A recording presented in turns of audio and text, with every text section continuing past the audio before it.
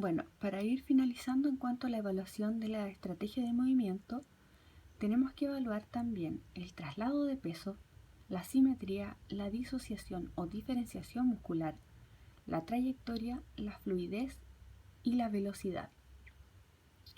En cuanto al traslado de peso, podemos evaluar si este es regulado o no regulado.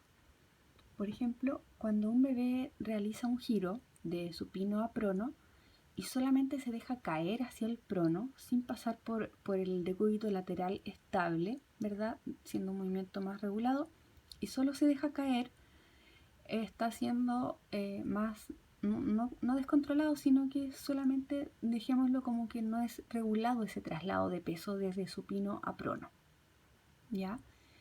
En cuanto a la simetría, el movimiento o la postura también debe ser simétrico, similar hacia ambos lados.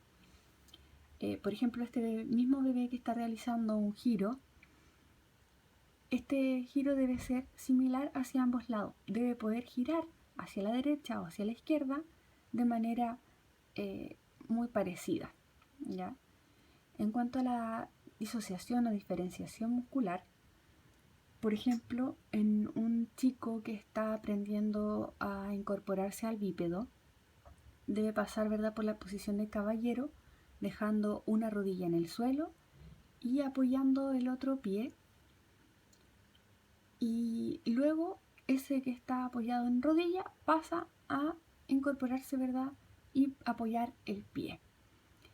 Esto también el bebé lo debe poder hacer hacia los dos lados, ¿ya? A diferencia de la simetría, que es un mismo movimiento, realizarlo de la misma manera con las dos extremidades.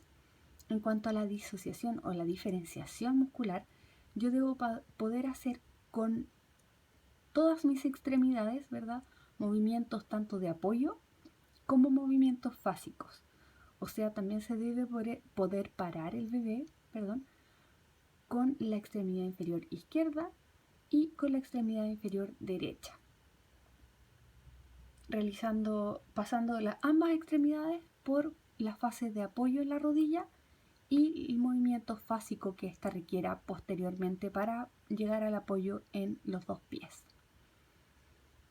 En cuanto a la trayectoria del movimiento, por ejemplo, en la marcha, esto tiene que ser lineal, ¿verdad? Pero podemos ver en un paciente que camina de manera zigzag o más curvo el movimiento, ¿verdad? En cuanto a la velocidad, tiene que ser adecuada.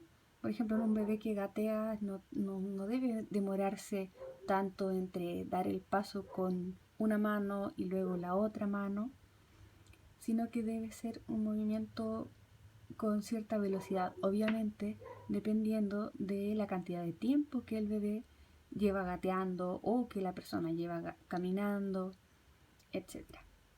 Además, tiene que ser un movimiento fluido. Esta marcha, este giro o esta incorporación al bípedo tienen que ser movimientos que al observarlo, ¿verdad?, tienen que seguir cierta fluidez.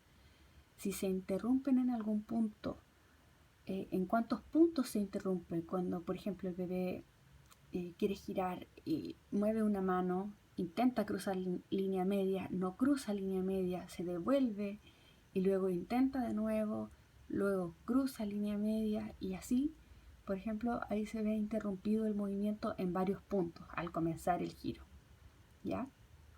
La marcha también puede ser un movimiento que se va a ir viendo interrumpido dependiendo de lo que le cueste al paciente ir avanzando con una o con la otra extremidad o con ambas a lo mejor, etc. También en la CIF es importante evaluar las actividades o las actividades de la vida diaria, y estas se van a ir viendo con cierta limitación o limitadas. Limitación en la actividad. ¿Qué actividades tenemos? Por ejemplo, de locomoción. Como les mencionaba anteriormente, ¿verdad?, está la marcha, el gateo y además también podemos incorporar el arrastre como un medio de locomoción. Tenemos a evaluar ciertas posturas, ¿verdad?, el bípedo, el sedente o los decúbitos, decúbito prono, decúbito supino, o el decúbito lateral. Además tenemos las actividades llamadas de transferencias, el paso del bípedo a marcha o de marcha a bípedo, el paso de bípedo a sedente o de sedente a bípedo, el decúbito supino al sedente o el sedente a decúbito supino, el decúbito supino al decúbito prono y así, el decúbito prono al decúbito supino también. La manipulación, acá tenemos el alcance y la manipulación propiamente tal, la podemos evaluar, ¿verdad? Y además tenemos que evaluar la participación y estas se van a ver restringidas. Por ejemplo, tenemos en cuanto a la participación los diferentes roles u ocupaciones del paciente. Tenemos el rol de padre o madre, tenemos el rol laboral, ¿verdad? Si es deportista, tenemos también los estudiantes, la autonomía, el autocuidado y en el caso de los recién nacidos tenemos la participación, en este caso, ¿verdad?, como de supervivencia. Ese es su principal rol en este caso de los bebés, es sobrevivir, poder alimentarse principalmente. Tenemos también que tomar en cuenta los diferentes factores contextuales, ya sean factores individuales o ambientales, y los facilitadores y barreras. Ya, por ejemplo, en esta imagen vemos una persona, ¿verdad?, en silla de ruedas que tiene una escalera de frente y no tiene cómo pasar. Este sería un factor, ¿verdad?, ambiental, que en este caso no está siendo facilitador, sino que está siendo una barrera para el paciente. Luego es importante analizar el problema primario, problema principal y los secundarios.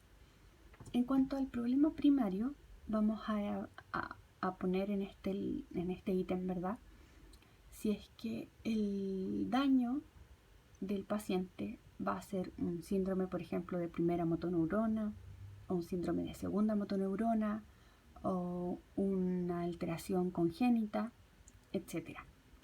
En cuanto al problema principal, vamos a ver obviamente lo que más me afecta en el paciente en cuanto a la terapia, lo más afectado que yo pueda ver que a él le impide el avance en cuanto principalmente yo encuentro a lo biomecánico, a lo postural, ¿ya? A veces también en cuanto a lo sensorial podemos mencionar el problema principal dependiendo de la afección del paciente. Y todo lo que encontremos después que no sea lo principal lo vamos a ir anotando como problemas secundarios. Todos nuestros hallazgos en cuanto a todo lo que evaluamos anteriormente van a ir siendo problemas secundarios. Luego de esto vamos a sacar, ¿verdad?, un diagnóstico kinésico y posteriormente los objetivos, que van a ser general, específicos y operacionales. Acá tenemos, por ejemplo, un diagnóstico kinésico según la CIF, ¿ya? Tomando en cuenta todo lo que mencioné anteriormente, primero vamos a anotar antecedentes personales. Por ejemplo, usuaria de sexo femenino de 40 años, casada con 2 hijos, de oficio recepcionista. Sufre accidente vascular encefálico con secuela de hemiparesia izquierda, con 1 mes de tiempo de evolución y un síndrome, ¿verdad?, siendo un síndrome de primera motoneurona. Para mí, en este caso, el problema principal probablemente puede ser una asimetría en la carga de peso de las extremidades inferiores. Luego, la limitación de la actividad va a ser la marcha, ¿verdad? Esta es la actividad que más se va a ver afectada. La marcha independiente en la comunidad. O a lo mejor al principio puede haber sido en su casa. Pero como ya lleva 1 mes de evolución, ya ella quiere salir a la comunidad y poder caminar. Y acá es donde ve la principal limitación. Y la restricción de la participación, por ejemplo, su rol de madre y la inserción laboral, ¿ya? Esto es lo que se va a ir viendo principalmente afectado. Y ahí tenemos, ¿verdad?, el final de la clase de la CIF, que es la Clasificación Internacional del Funcionamiento, la Discapacidad y la Salud. Espero que les haya quedado un poquito más claro, que puedan después de esto poder sacar sus propios diagnósticos kinésicos y luego vamos a ir practicando un poco más el problema principal, etc. Muchas gracias por su atención y nos vemos la próxima clase.